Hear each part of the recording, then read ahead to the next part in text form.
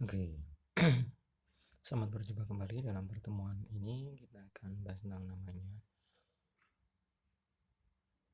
selection shot. Kalau kemarin kita udah bahas tentang namanya bubble shot, ya sekarang kita akan lanjutkan dengan metode sorting yang lain, itu namanya bubble shot. Bukan selection shot. Oke. Nah, selection shot ini dia adalah kombinasi antara sorting dan searching. Jadi sembari Anda mengurutkan, Anda mencari yang kita lihat seperti apa. Ini dia akan diurutkan dari yang paling kecil sampai paling besar ataupun sebaliknya. Ketika dia mengurutkan itu, maka dia akan mencari elemen yang paling kecil yang mana atau elemen yang paling besar yang mana, lalu dipertukarkan posisinya.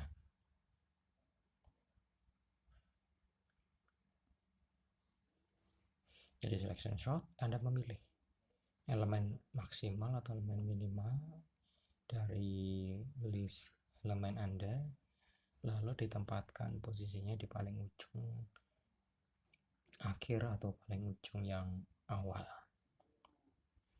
Nah, lalu setelah proses tersebut, maka elemen tersebut dikeluarkan dari proses pencarian, lalu selanjutnya dilakukan pencarian untuk yang elemen selainnya. Begitu seterusnya sampai akhirnya semua elemennya itu tidak ada yang tidak terurut. Kita lihat. Jadi stepnya seperti ini aja, cari elemen terbesar terkecil mulai dari awal sampai akhir, lalu pertukarkan nilainya, lalu lakukan terus menerus sampai prosesnya itu dihabis. Oke, tentu saja untuk yang sorting ada maksimal dan minimal, jadi ada yang ascending dan descending. Jadi kita lihat untuk yaitu namanya ilustrasinya. Dan di situ kita punya elemennya ada 9 urutan seperti itu. Lalu kita urutkan dengan ascending menggunakan selection shot. Yang pertama kita cari mana yang paling besar, dan karena kita akan menggunakan ascending, maka posisinya kita letakkan di yang paling belakang. Lalu setelah itu kita bergerak dari yang paling belakang lalu ke depan terusnya. Oke, kita lihat stepnya. Nah, ini list yang pertama. Dari list yang pertama ini kita cari mana yang paling besar terlebih dahulu.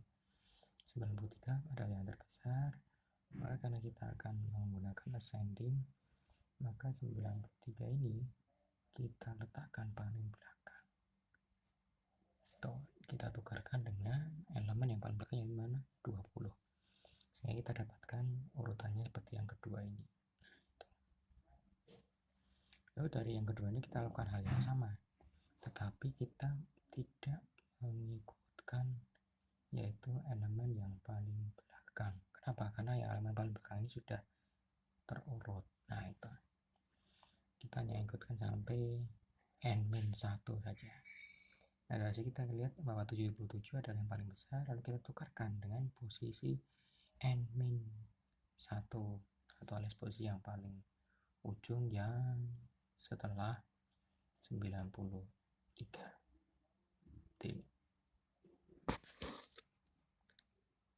Oke, hal ini dilakukan terus menerus sampai akhirnya kita dapatkan yaitu list ataupun daftar yang sudah terurut semuanya. Yang ini dia daftarnya terurut ascending, naik seperti itu, sorting.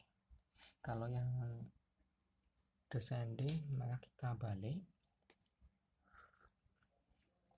kita tetap mencari yang paling besar, cuma posisinya kita letakkan di paling depan karena kita ingin menurun atau ascending. Tuh, prosesnya mau Anda ulang-ulang saja untuk prosesnya.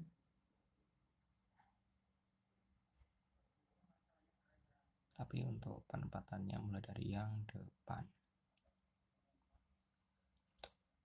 Ini yang ascending urutan yang tadi itu.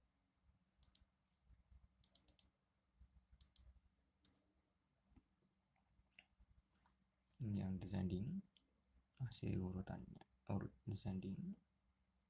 Nah, ini adalah sudoku daripada yang selection sort yang ascending.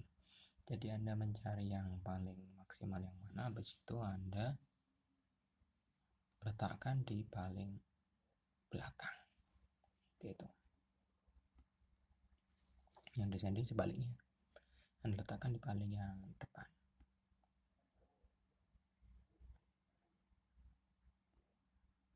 Ini kalau ini dia bedanya apa? Kalau yang ini dia bedanya mencari yang elemen paling kecil. Nah itu. Jadi cari elemen yang paling kecil, dan karena dia sifatnya ascending maka diletakkan di paling ujung. Ini juga sama, dicari yang paling kecil, cuma karena dia descending maka diletakkan di paling akhir sekali. Jadi variannya cuma itu aja. Oke, itu untuk selection sort, sangat sederhana, tapi kalau Anda lihat kompleksitasnya sangat kompleks. Makanya selection sort ini agak lama untuk diperforma proses pengurutannya. Oke, itu untuk selection sort. Kita lanjutkan dengan materi lainnya di pertemuan yang selanjutnya. Terima kasih.